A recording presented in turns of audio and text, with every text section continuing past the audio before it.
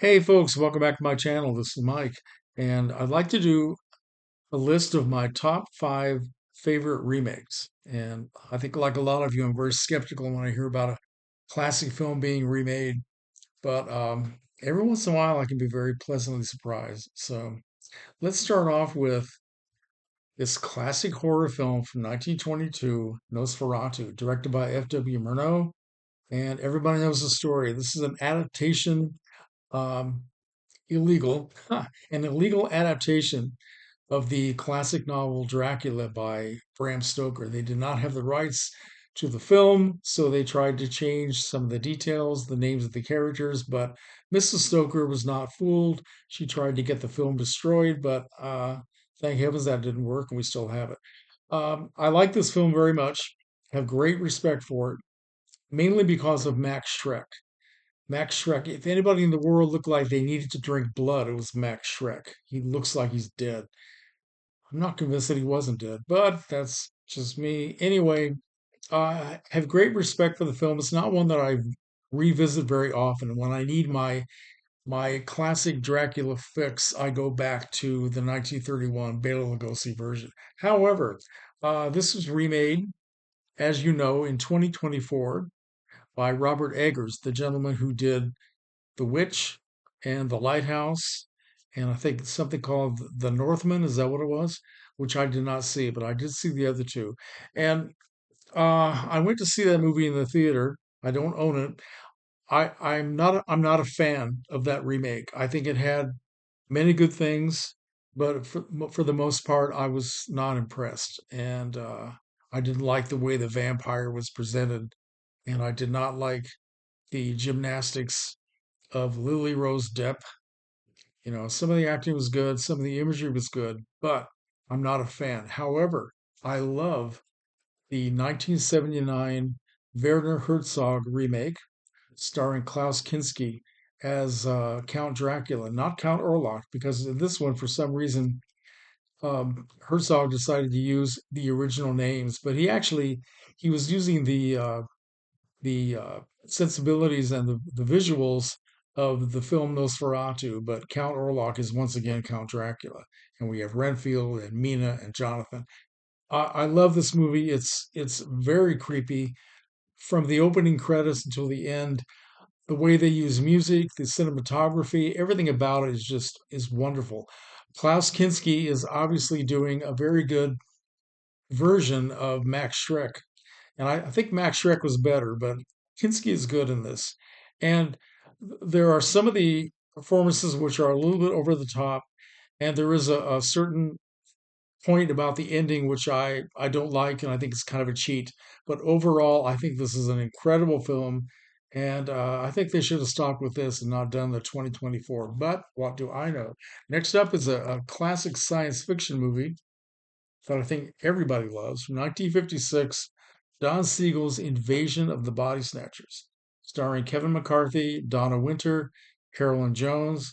Um, wow, just a great, great movie. Slow burn of a science fiction film with good special effects and really terrifying. Moves very quick. Well, I'd say it's a slow burn at the beginning. I think it has kind of a slow start, but once it picks up the action, it just goes, right, very quickly. And yeah, I like this very much. However, as much as I love this, and I go back to it quite often with this nice new, Lorber remake with a nice slipcase, I love the 1978 remake by Philip Kaufman, which is in color. Donald Sutherland, Brooke Adams, Jeff Goldblum, Veronica Cartwright, and Leonard Nimoy, and also with a very small, very cool cameo by Kevin McCarthy. Um, Beautifully done. Great special effects during a time when we were all getting more and more used to really terrific special effects in movies. And but it's not overwhelmed by the special effects.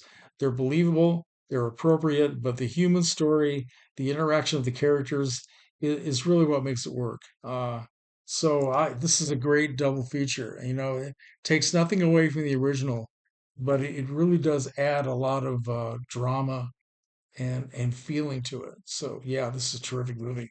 Next up is a classic. Well, I won't say it's a classic, but it's a silent film called The Letter, 1928, 29, right? 1929. This is based on a play by W. Somerset Maugham, and it stars an actress named Jean Eagles, who's not necessarily very well known in this day and age. She was a stage actress for a long time. In fact, I think she was in the stage production of The Letter at one time, and she was making silent films going all the way back to the earliest days. This was her first sound film. She made one more before she unfortunately passed away right before this film was released in 1929, and she died of a drug overdose. She was a very troubled person, but wow, what an amazing actress! And remade in 1940 by William Wyler, starring the incredible Betty Davis. This is absolutely my number one favorite Betty Davis film right now. That could change at some point, but I watched this over and over. It's probably one of Betty Davis's most restrained, controlled performances. She was not known for being restrained. And, I think Wyler had an effect on her because he managed to restrain her in Jezebel somewhat. And then they made this in 1940. Wow, just an incredible film. Now, this is probably, from what I understand, the way they do this film, which is a little bit different, is probably more faithful to the play than the William Wyler version was. But I think that as exciting as this is, and the great performance, very extremely dramatic, almost hysterical performance by Gene Eagles. Um, Baby Davis knocks it out of the park, and the cinematography is very dark and moody, and this is classified as an early example of the film noir style of filmmaking. And uh, Herbert Marshall is the co-star and one of the co-stars of the film in this film. He plays the man who was killed by Gene Eagles, and he also appeared in this film, but this time he was Betty Davis's husband. Okay, so but it has great performances by everybody. James Stevenson, Frida Indescourt, Gil Sondergaard, and just a beautiful film. And I don't know, classic opening scene where Betty Davis just comes out of this bungalow and puts six bullets into her lover. Great scene. Next up is a remake of a classic musical, Westside Story, 1961, directed by Robert Wise and Jerome Robbins, starring Natalie Wood, Richard Beamer, Rita Moreno, George Chakiris, excuse me, and Russ Tamblyn. Great music, great dancing, a story that will break your heart. Very, very loosely based on the story of Romeo and Juliet. And I love this movie. I love everything about it. And I could watch this again and again. However, it was remade in, let's see, what year was it? 2021 by who else but Steven Spielberg decided to make a musical. And I was very skeptical when I heard about this. But I love the music so much that I wanted to see what they would do. And I have to admit, I thought it was terrific. I don't own the film.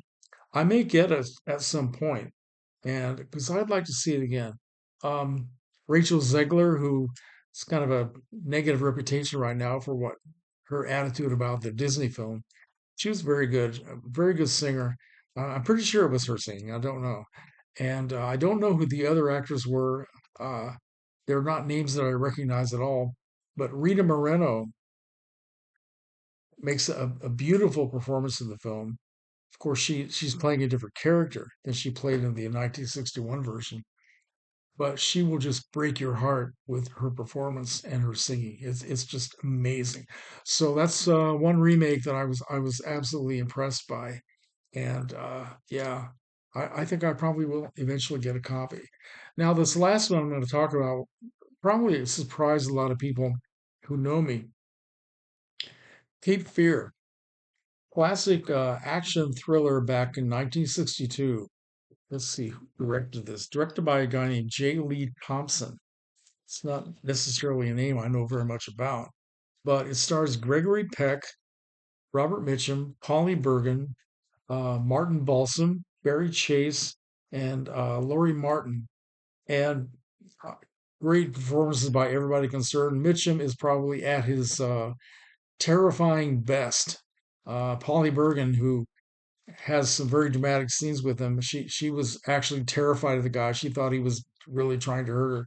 But I love this movie so much. So when the remake by Scorsese came out, I didn't go see it. I wanted no part of it. I thought that it was probably going to be a bloody, violent mess, and it was just going to be self-indulgent, you know, something I would not like.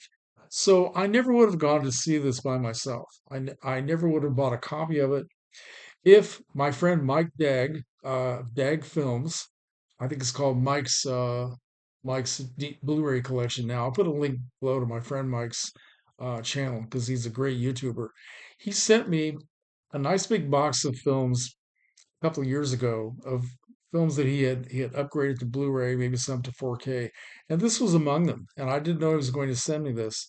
And I thought, oh, okay, I'll just set this aside. I really had no desire to see it, none whatsoever. I had such a bad attitude about what I thought it was going to be that I did not watch this for a long time.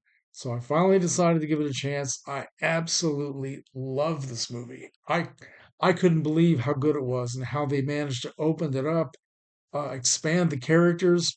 We have Robert De Niro giving wow the performance of his life. I think he should have gotten an Academy Award for that performance. He was just amazing. Nick Nolte doing the Gregory Peck role, Jessica Lange playing his wife, and they expanded her role beautifully.